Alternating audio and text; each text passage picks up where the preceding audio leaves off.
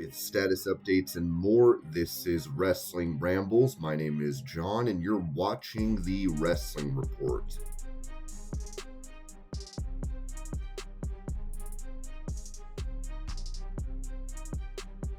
Opening up on his relationship with former AEW Women's Champion Toni Storm, Juice Robinson said this to CBS Sports. "I'll tell you, she may look black and white on TV. To live with her personality, life is anything but black and white. It's very colorful. She's a lunatic.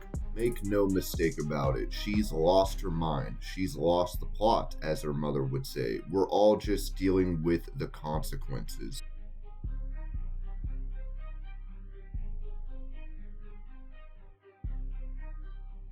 Noting how he and Bobby Roode were not signed by WWE in the early 2000s, Eric Young told Insight with Chris Van Vliet, "It's hard trying to break through in the USA as a non-citizen. American wrestlers or people in entertainment don't understand the extra added level of difficulty. Me and Bobby Roode were very close to being hired by WWE probably around 2001. We had done 25 dark matches and tryout things, and they were interested, but it came down to, oh, well, they're Canadian, and that was it." It just adds this really, really difficult layer that most people aren't aware of.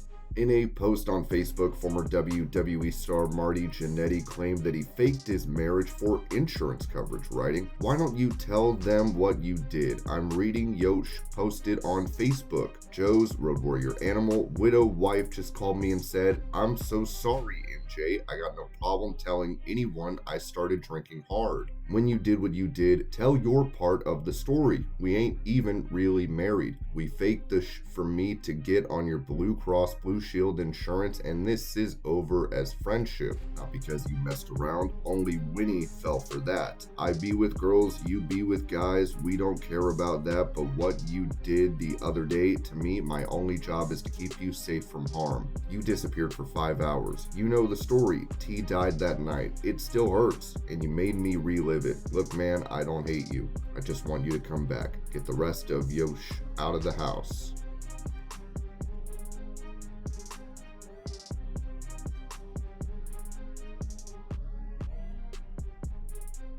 Touching on the health of AEW star Adam Cole, Ringside News noted that, according to Dave Meltzer in the Wrestling Observer newsletter, Adam Cole's return to the Squared Circle is anticipated to be not that far in the future, which is certainly a relief for his fans. It was also reported that Adam Cole's return to the ring has been delayed due to the severity of his injury. Nonetheless, only time will tell when Adam Cole will be ready to make his in-ring return.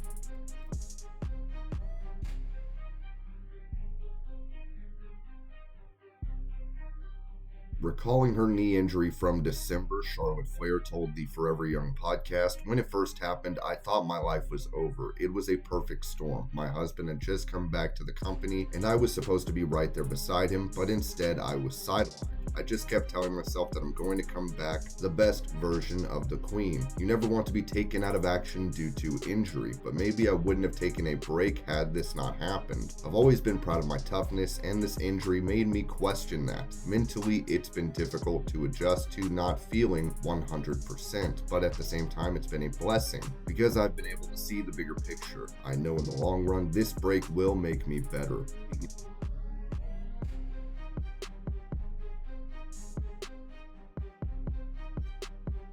Expressing his desire to work more with CM Punk, former NXT champion Ethan Page told The Takedown on Sports Illustrated, "I look at CM Punk and the first thing I want to do is put a microphone in his hand.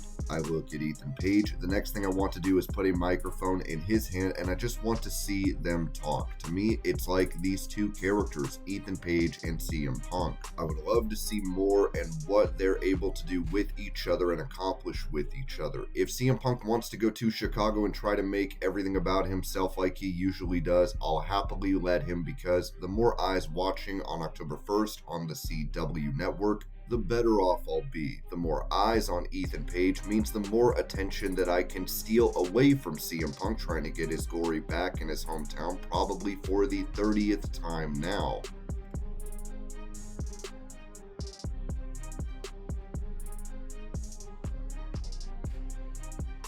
Responding to a user on X that posted a clip from AEW Fight for the Fallen 2021 where Nick Gage used a pizza cutter on Chris Jericho as a Domino's ad would play during this, former AEW star Joey Janela wrote that this was 100% unplanned. Domino's was pissed, Tony was pissed, and Network was pissed. I was told, you never speak about this again, and you make sure everyone in GCW doesn't ever bring this up on social media, commentary, or whatever again. I was like, what does this have to do with me? I didn't book Nick Gage. You wanted Nick Gage and you got Nick Gage. I was guilty by association. The spot was 100% planned. Nick Gage didn't shoot with a pizza cutter. The timing of the commercial was 100% an unplanned coincidence.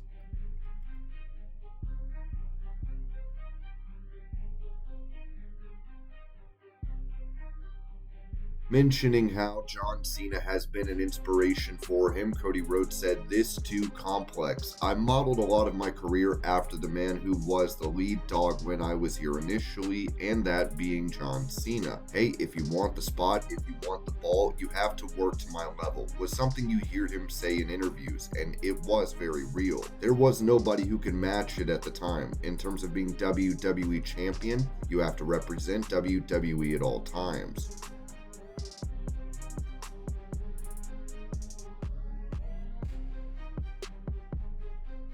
For a recap and more information regarding AEW star Daniel Garcia, Ringside News wrote that Daniel Garcia has been getting a lot of attention in wrestling, especially after his return to AEW at All In, which got fans excited. However, he hasn't been seen on AEW television since his match against MJF at All Out. In the meantime, the big story behind the scenes is that his AEW contract is ending in October, and it's unclear what's next for him. He also hasn't been seen backstage at AEW shows recently, which has added to the speculation about his future. AEW has been trying to lock Daniel Garcia into a new contract, but so far no official news has come out about him re-signing. This has led to a lot of speculation in the wrestling world about what his next move might be. Rumors are circulating that WWE has shown interest in Garcia, with reports suggesting that both Triple H and William Regal see him as a rising star. They've even compared him to technical wrestling legends like Roderick Strong and Bryan Danielson, making fans wonder where Garcia will go to WWE. It was also reported that AEW has already prepared creative plans in case Daniel Garcia does re-sign with the company. According to Fightful Select, Daniel Garcia hasn't been seen backstage at recent AEW events. Despite this, AEW remains hopeful that he will sign a new contract with the company. However, no official confirmation has been made about his re-signing yet.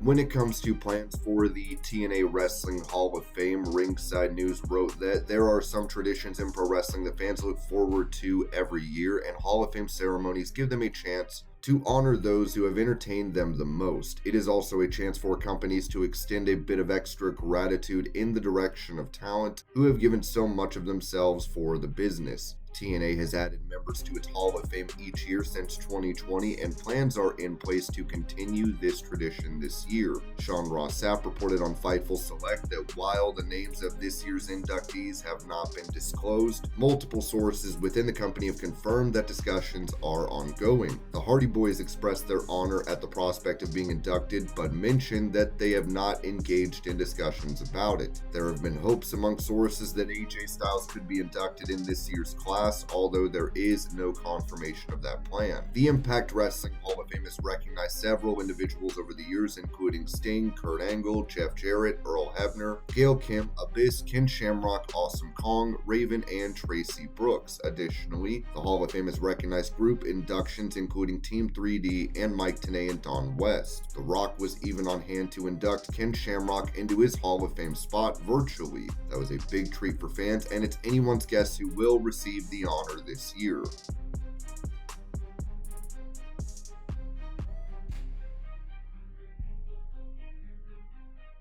Talking about the upcoming launch for WWE on Netflix, Nia Jax told Busted Open Radio, I mean, it is a whole different level of WWE. Nick Khan and Triple H have taken this company to the next level. It's pretty incredible. We're about to be in 80% of the world. Coming up in January, once I just was told that technically January 3rd is the international launch for WWE on Netflix, and then January 6th is here in the United States for Raw to go to Netflix. It's going to be huge. That's something that we've never had. Before, I'd go in the airports and I could definitely be forgettable or not noticed, but now I think every time we go somewhere, anywhere we are, we were in Half Moon Bay. We were just talking about it. We were in Half Moon Bay in some random local coffee restaurant. They're like, it's Tiffy time, you know? And they're like, oh my gosh, it's Nia Jax. We are so mainstream almost, which is kind of a cool thing, right? Even though we still feel very humbled, but it's very awesome.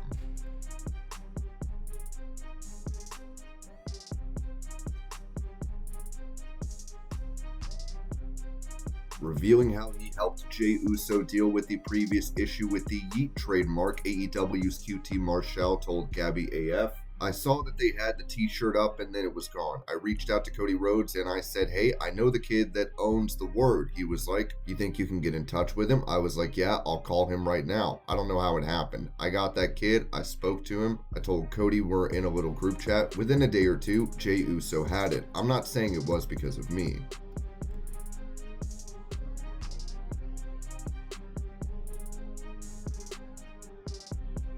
Asked if El Hijo del Vikingo is under contract to AEW, Conan said this on his Keeping It 100 podcast. No, he does not work in AEW. Not under contract with AEW, and pretty soon you may see him somewhere else.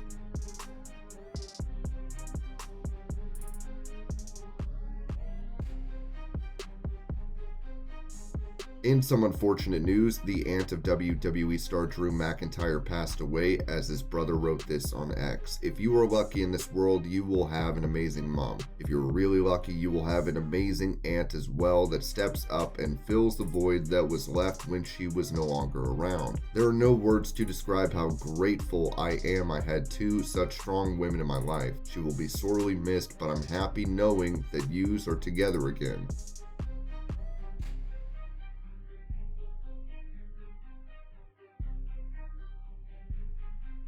Going over the possibility of Shane McMahon making his debut in AEW, Ringside News noted that AEW is currently going through a transition phase with several debuts happening in recent months. The latest name being linked to the company is Shane McMahon, who is rumored to join AEW soon. Speculation suggests he could be involved in a storyline with Jon Moxley, and recent updates have provided clarification on this potential collaboration. On July 29, 2024, Khan and McMahon met privately at an office near Arlington Airport. It was the first time they spoke directly, although Khan had wanted to meet McMahon before. They talked about possible ways they could work together, which has fueled more rumors about what McMahon's role might be in AEW. The Young Bucks ended up meeting Shane McMahon last month as well. Jon Moxley's recent violent behavior on AEW TV has sparked intrigue, especially with his cryptic comments suggesting someone else is in control, saying, "This is not your company anymore." Given that Moxley, along with Pat, Claudio Castagnoli,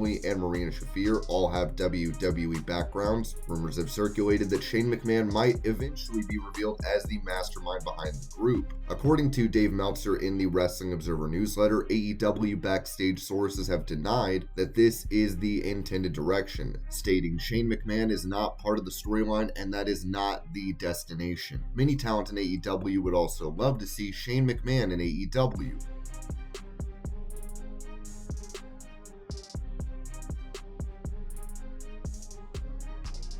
As Becky Lynch is on hiatus from WWE and no longer under contract to the company, an update was provided with this said on WrestleVotes Radio. We've confirmed that Becky Lynch, her name appears on the roster. Still to this day, her name appears on the weekly roster that comes out with the television script each Monday and Friday. She's still considered part of the team, so to speak, and we'll see where this goes. It's a very intriguing thing because I had heard about this months ago when she took her hiatus. Her name never really came off the roster. So it was one of those things where, okay, did they forget to take it off the internal roster? Is it therefore moral support because they want to see Becky Lynch in the future? It's not lost on me how buttoned up WWE is about all of these sorts of things. For the fact that Becky Lynch has been on that roster sheet for as long as she has tells me that she's in the fold and in the mix moving forward. Did she ever truly become a free agent? Did she ever, have her contract lapse? Was there time added? Was there a deal done before she took her hiatus? Like, hey, let's get this deal done. You go take your hiatus. We'll make it feel like you're a free agent, and then when the time's right, we'll have you come back and surprise the world.